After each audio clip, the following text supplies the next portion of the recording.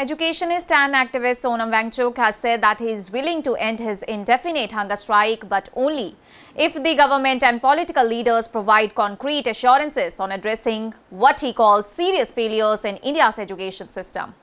Well, Sonam Wangchuk, who has been fasting for more than 3 weeks, made the announcement through a handwritten letter from Delhi's Safdarjung Hospital, where he is currently undergoing treatment. And in his message to supporters, Sonam Wangchuk said that he would end his fast on July 20 only if the government accepts accountability for the recent controversies surrounding the education system, including alleged examination paper leaks.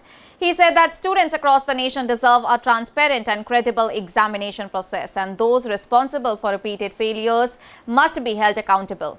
The activist also placed a second condition before ending his protest. He said that if he and the leadership of the Cockroach Janata Party reach the gates of parliament, members of parliament and political leaders from different parties must assure them that the issue of examination irregularities and education reforms will be raised during the ongoing monsoon session of Parliament. Sonam Wangchuk further stated that if his health does not permit him to participate in the planned Sansad Chalo March, then senior political leaders should visit him at Safdarjung Hospital and provide the same assurance that they will take up the issue inside the Parliament.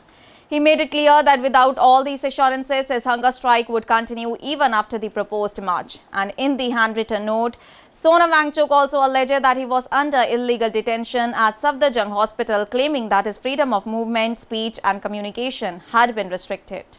However, Delhi police has maintained that he was shifted to the hospital solely on medical grounds after his health deteriorated following more than 20 days of continuous fasting. And the activist was admitted to Safdarjung Hospital on July 18 after doctors expressed concern over his worsening condition.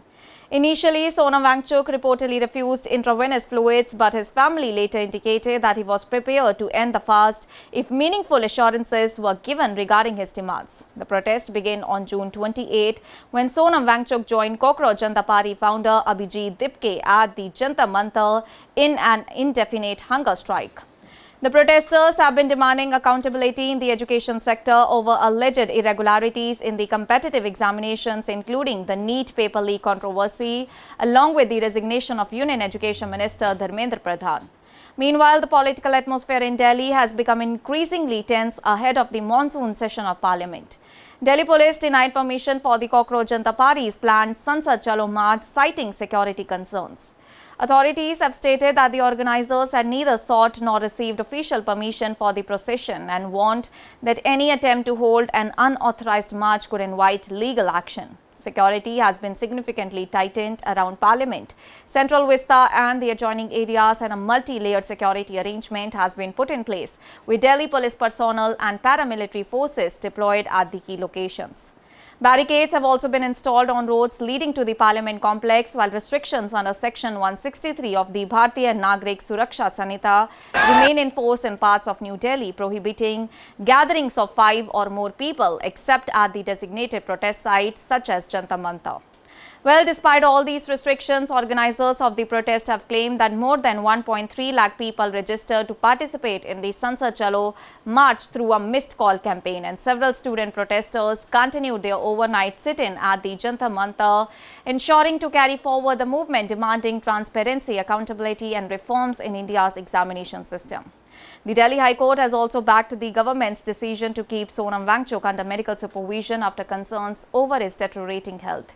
And over the past few days, several opposition leaders, including Shashi Tharoor, Dimple Yadav and representatives of the Aam Aadmi Party, have met Sonam Wangchuk and other protesters, expressing support for demands that is aimed at improving transparency and accountability in the public examinations. And as Sonam Wangchuk's fast enters another critical phase, all the eyes are now on the government's response and whether political leaders will step forward with the assurances that he has sought.